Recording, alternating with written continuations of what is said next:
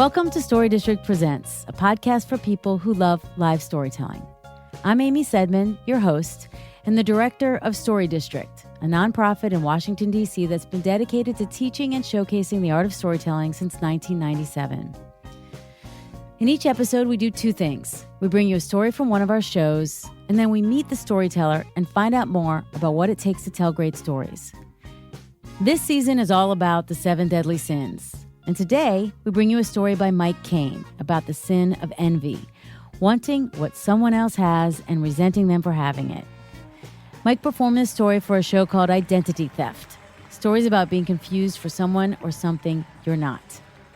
Later, it was performed as part of a show we did with NPR's Invisibilia. Here's Mike. That's my jam, boy. Damn. So my buddy Daryl tells this awesome story about this one time he was on a Greyhound bus.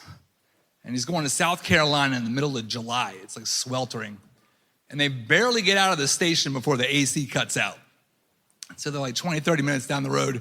The entire bus is screaming at the driver like, "You gotta pull over, man. It's getting too hot. We gotta switch buses." So the bus driver, as my buddy Daryl describes him, looks like Uncle Phil from the Fresh Prince of Bel-Air. I love that visual. And he goes, he leans in the mic and he goes, "Folks, we're not switching buses, okay? I know it's hot. I need you to bear with me. We'll be in South Carolina in 9 hours. So this one young guy steps up and he goes, "No." And they have this, they have those emergency hatches on the top of the bus. He tries to open that up to get some fresh air in. And so Uncle Phil sees him and leans in and goes, "Sir, no, I need you to sit down before." He goes, "Before you do what? What you gonna do, fat ass?" Uncle Phil says, "What am I gonna do?" Pulls the bus over to the side of the road, and in one of the greatest lines ever said outside of a movie, he gets on the mic and he goes, "Next stop, ass whooping." Took that young man outside and whooped his ass. I love that story. I love it so much, in fact, that when my buddy Daryl moved to San Diego, I just kept telling it on his behalf. Any bar, any lunch, any party, if the topic of conversation was like travel or transportation, I'd let somebody else finish and I'd go, "Oh, you think that's crazy?" This one time my buddy Daryl was on a Greyhound bus. And then I'd launch into the story and it always killed. So one night, me and my wife, we went to a dinner party and it was a new group of people. We're trying to make a good impression. So we're there and we're sitting around the table. After dinner, we're knocking back a couple of cocktails. And the topic of conversation shifts to road trips. Perfect, right? So a couple of people told some very boring stories. We almost left, to be honest. But they finally got around the table to that one good-looking guy. Not me, it was somebody else. Sorry if that was confusing, there was 2 of us there. And now this guy actually told like a very funny story about a time that he got piss-wasted drunk in Dewey Beach. And he convinced a Delaware state cop to drive him all the way home to D.C. in the backseat of his cruiser. Really funny story. But I noticed that one person was laughing like much harder than everybody else. And that was my wife. And like I looked at it, I was like, "Oh, you like that little tale he just wove?" There's a little pang of jealousy inside me. I was like, "Oh, all those funny little ha-has he was just sprinkling in, you like that?" So I let the laughter die down a little bit, and then I said, "Oh, you think that's crazy? Well, this one time, I was on a Greyhound bus." Till this day, I have no idea why I said me and not my buddy Daryl, but I figure if he liked the story so much, maybe he shouldn't have moved to San Diego. That's his bad. And so from there, I just proceeded to crush that story from the first person perspective, right? And now that I'm in the story, I can add all these fun little asides to it, like for instance, like the guy who was trying to open the emergency hatch. Would you believe he was sitting right next to me? This son of a bitch starts trying to climb over me. I'm like, "Dude, where are you going?" He's like, "I'll be where I'm at." I'm like, "Damn, playboy, get it." And as I'm telling it and everybody's laughing, it occurred to me that all this time, the one thing that's been missing from this story was me. It's fantastic now. And now I'm leading up to the punchline. I got the entire party like eating out of my hand. And I go, and then, and one of the greatest lines ever said outside of a movie, Uncle Phil leans in and he goes, next stop, ass whooping. Entire party erupts in laughter. I was on fire, dude. I burned up everything at that dinner party, including the distant memory of Pretty Boy's story about, hey, who the fuck even remembers? Dude, it was my night now. Yeah? Dude, we walked outside after the party was over. My wife was like, I don't remember the story going that way. And I was like, well, you might want to get used to it because I'm going to be telling it that way from now on.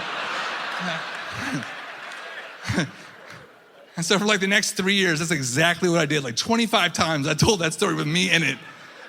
Every time it got a little bit better. Sometimes I even added like new shit to it. I was like, so I thought, I was like, this one time I was on a Greyhound bus going to South Carolina, meet this chick I was dating. Second runner-up, Miss Charleston, no big deal, whatever. And the story always went over like gangbusters until this one time that it didn't. It was like right after my office Christmas party, and I somehow ended up in a car with my boss and 3 of my coworkers, and we were heading down to a bar to see 5 of my personal friends down there. And we get down there, and that's a weird situation, but it actually turned out almost magical. I get down there, and there's a couple of my friends that I hadn't seen in a long time. They were home for the holidays. It was good to see them. And then they were getting along real well with the coworkers. We were having such a good time, in fact, that strangers from the bar joined our group. Like, when does that shit happen, you know? So we're knocking back a couple of drinks, and this woman I work with, she goes, Mike, tell him the one about the Greyhound bus. That's how good this fucking story was, okay? People were calling up and requesting it, you know? It was like the summer that Hey Ya came out. Like, everybody wanted to hear that shit. Yeah. So I could, oh, you want me to tell the, I said, well, this one time, I was on a Greyhound bus, and everybody leans in, and they're all excited to hear this, except for one guy. Actually, one of my friends randomly just decided like he wasn't in the mood for fun that night. And I saw him, he like crossed his arms, and he got like real upset. And like, it started fucking with my head a little bit, but I knew this story so well at this point that I could do it from muscle memory. And you're like, well, what does that mean? Well, it means like up here, like my mouth is going like, and the people are saying, man, you gotta pull over and switch buses. Meanwhile, like, my head's like looking straight at my friend like, dude, relax. Like, what the fuck, dude? Why are you hating right now, man? Let me get this out in front of my boss.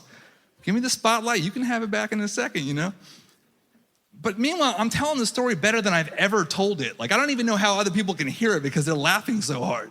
Harder and harder. And yet my friend in the front is doing the exact opposite. Like, he's going the other way. He's getting madder and madder, and he's looking at everybody else like, what the fuck is wrong with y'all? And now I'm leading up to the punchline. I'm like, dude, if he doesn't like this punchline, then somebody ought to just check his pulse because this motherfucker might be dead. Like, this story doesn't miss. So then I go, and then, in one of the greatest lines ever said outside of a movie, and I take this long, dramatic pause. But before I could get the words out, my friend goes, let me guess, next stop, ass whooping? I said, holy shit, yeah, exactly, that's what it was. And he goes, is that what you do? You go to bars and you tell other people's stories like they're yours? And when he said that, it clicked. My friend in the front was my buddy Daryl.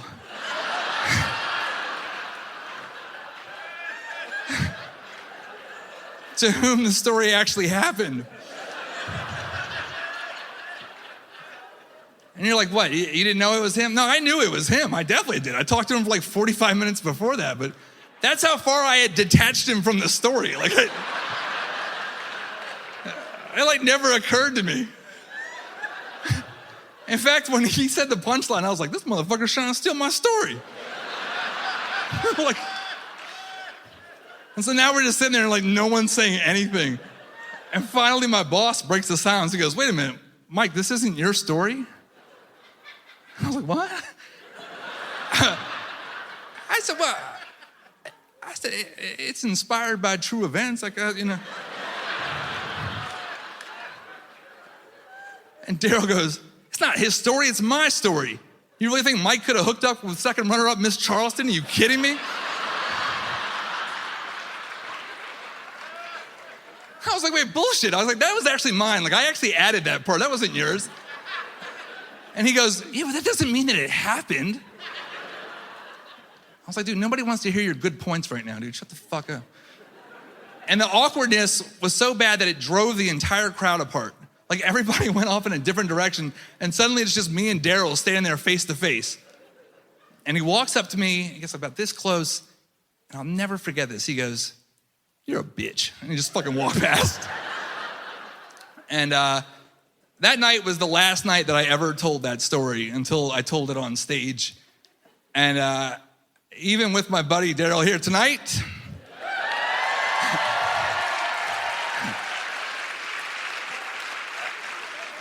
what's up?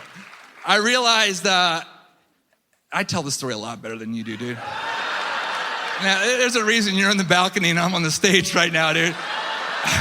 It's my story. I was on a Greyhound bus. Thank you.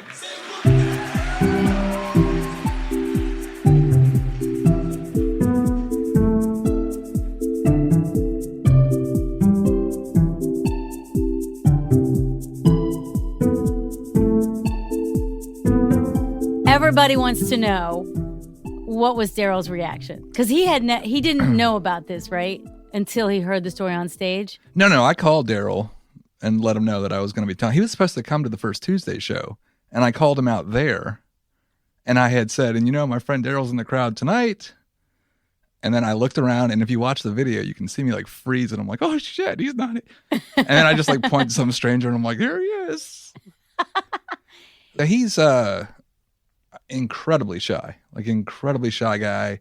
And I had to make a lot of changes to his story per him because he was like, I don't want anyone to know. And that's how shy he is. And I'm like, it wouldn't matter. Like, it's a great story that you were telling that didn't, you know what I mean? It's not like you committed a crime in the story or something. But he was so worried that even a little bit of the shine that I was getting on stage would somehow deflect on him, and he'd have to like answer a question from the crowd or something. He was so nervous about it. And he was like, don't tell him I was going to Boston, say something else. So I had him going to South Carolina instead. It was like, it was crazy. Right. So. Okay, so if Daryl were in the room right now, what do you think he would be? What do you think he would say? Well, first off, he would not be, because I even asked him. I said, I don't know if they're going to ask you or not, but they might have heard that they're bringing other people in. Would you do it? And he was like, absolutely not.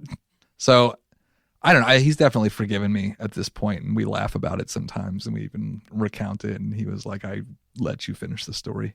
I let you keep going and let you get all the way. I knew I was going to cut you off at the punchline. And I was like, you motherfucker, dude. Like, you knew my boss was there too. He's like, yep. So I think I got my comeuppance, as they say.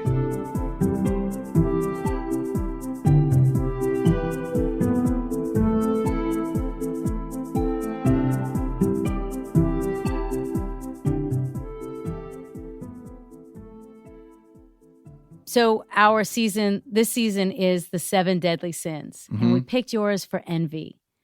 And I'm thinking that this may not be you may not have thought of it that way, and it may not be what most people think of when they think of envy, but we thought it worked. Because fundamentally, that's what's happening. You want his story, but you also want the attention he's getting from this story. Yeah. So do you have thoughts about that? I remember the first time he told me, and it was the punchline to the story, like the next stop, ass whooping. And there were 4 of us there maybe, and we were all just fucking dying laughing. And I was like, that's a great punchline. Like, I would like to. And then the first time I told it on his behalf, I got like a really good laugh at that part. And I was just like, oh my God, I love this. The whole story, I love the whole story. The whole story is hilarious. But it's so funny how much you love that line. Oh, the punchline. Next stop, ass whooping. Well, yeah, because if you've ever been on a Greyhound bus, the drivers are always ridiculous. They always like say stuff in the microphone and we're like, dude, you're driving the bus. Stop doing shtick. And I love that he was like, I'm about to kick this dude's ass, and I still got a one-liner that I'm going to nail him with first and get the whole bus hyped up for it. Like, I love the whole picture of that. And I was just like, God, I wish I was there for that shit.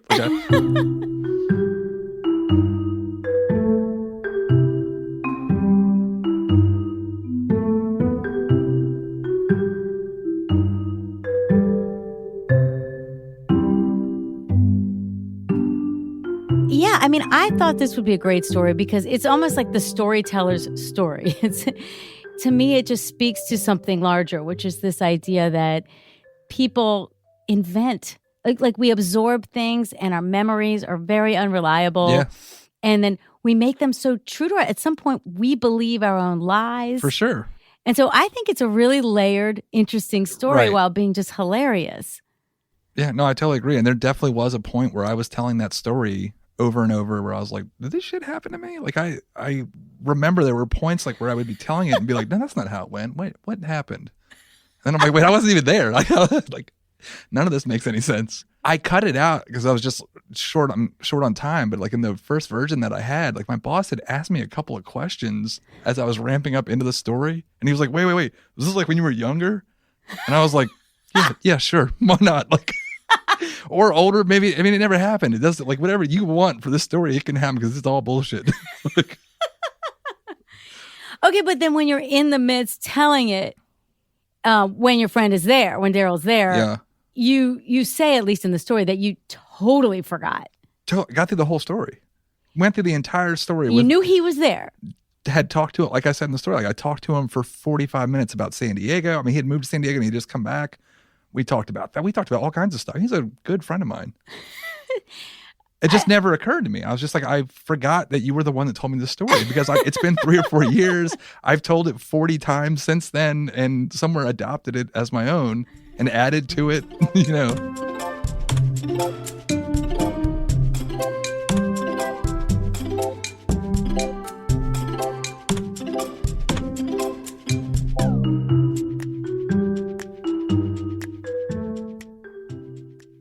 No, you know, I was actually thinking about it and I went back and like looked online not too long ago, actually. I think I've done like 22 stories like in total. I've been trying to figure out like when I started and, you know, not all of them. I've done a couple just a few times or one time on stage. There's a couple that are like I would never let anyone see because they were horrible. Actually, that's good to know that there's some people, because you have a lot of amazing stories. You've been in Top Shelf. You are genuinely one of my very favorite storytellers. Oh, thank you.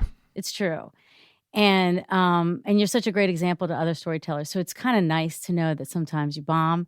Oh. But I actually wanted to ask you about that because I do think that to a degree your storytelling is so great because you have natural talent. You have, you're funny, you're willing to be vulnerable, you understand like narrative arc. But the other thing that I think most people don't realize is just how much work you put into it. And I'd love for you to share a little bit about your process. This story is not so easy because it samples, 10 different moments over 3 years. But there are ones that I've told where it just literally is an isolated moment of something that happens. I tell the story of my daughter when she hits her head on the table. And that's just, it's super built in. The structure's right there. Like we went to a party, she hit her head, I took her to the hospital, it's all there. But it's the other ones where I have to take them home and kind of figure it out. And then my wife is actually a very good writer. We went to the same writing program, film school. So she understands art too. She's fantastic. I bounce a lot of ideas off of her. There's nothing more painful than standing in your living room, like holding a hairbrush and like performing for one person who's on the couch.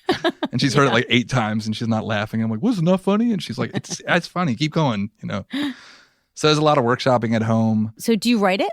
I don't write it anymore. I do find that when you write it, you start performing a script of sorts. And I try to be as conversational as possible. I found there was parts. Also, when I'm on stage, I'm picturing like the next paragraph ahead of me, and I'm like, that can get you really stuck rather than just kind of being in the moment and flowing with it. So what I used to do is when I'd write the whole thing out, then I would start trimming stuff out of it to the point where I just had kind of the essence of the paragraph there. So it was like bullets. And then I just got to the point where I was like, dude, get off the page and just tell the story. Never write it down. If you know the story well enough and it really happened to you, you should be able to kind of go through it. And it's funny that like the natural selection process as you're doing is like you kind of just weed out the boring stuff anyway. So then when you get on stage and you're like, oh my God, I forgot that one part. And you're like, yeah, but it clearly worked, even though I forgot it. And it's always fun to me, like, if you've told the story several times, like, and you have it on somehow recorded, to watch the progression of it and be like, God, look how it never gets longer. It always gets shorter and, more taut.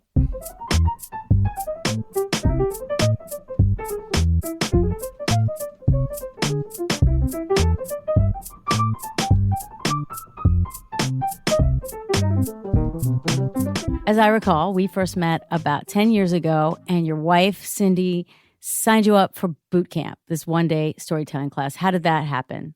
On Christmas morning, my wife gave me a pocket calendar. And I don't remember if it was every day or every weekend, was filled with some sort of open mic or some sort of class or something like that. And I think the next one, it was in January, it was one of the boot camp classes, and we went down there on 8th Street. I think it was just the next one up. I've always been able to, like, on a Monday, come back to work and someone's like, what'd you do this weekend? And it's never just like, man, I went to a party. You know, it's always like, well, I was going to go home and put on some sweatpants, but then my friend, you know, it's always like, even when nothing really happens, I kind of tell a story into it. So that's what I've been, you know, that's what I always kind of pictured myself doing. So when we found this, no brainer. Did you ever do stand-up? After storytelling, not first. How'd that go? Amazingly well, as you would imagine. I'm very funny. I'm engaging, good looking. There was like 4 people there. All true. Yes. All true. There was like 4 people there. 3 of them were other comics that had already gone on. Mike Kane, thank you for being here. Thank you for having me. I had a good time. I do want to say, I remember when you were, what was it, like 6-7 years ago when we all met at that restaurant, you're like, I want to start a podcast. And we went over titles, and then it went nowhere. Yep. And now I've just watched it skyrocket. So because I have this awesome team. Yes. You guys are doing an amazing job. Thank you. That's it for this episode of Story District Presents. We're so glad you're listening. If you enjoyed this episode, please share it with your friends, and most importantly, keep listening. To get tickets to a show, sign up for a class, pitch a story of your own, or hire our consulting team, visit storydistrict.org. This show is made possible in part with funding from the D.C. Commission on the Arts and Humanities. Our show is produced by Lizzie Peabody, Ronald Young Jr., Ilana Nevins, Nick Hill, Tim St. Clair, and Jackson Bierfeldt. Special thanks to Mike Kane for joining us in the studio, and of course, to the Greyhound bus driver who came up with Next Stop, Ass Whoopin'. I'm Amy Sedman, and this is Story District Presents. We'll see you next time.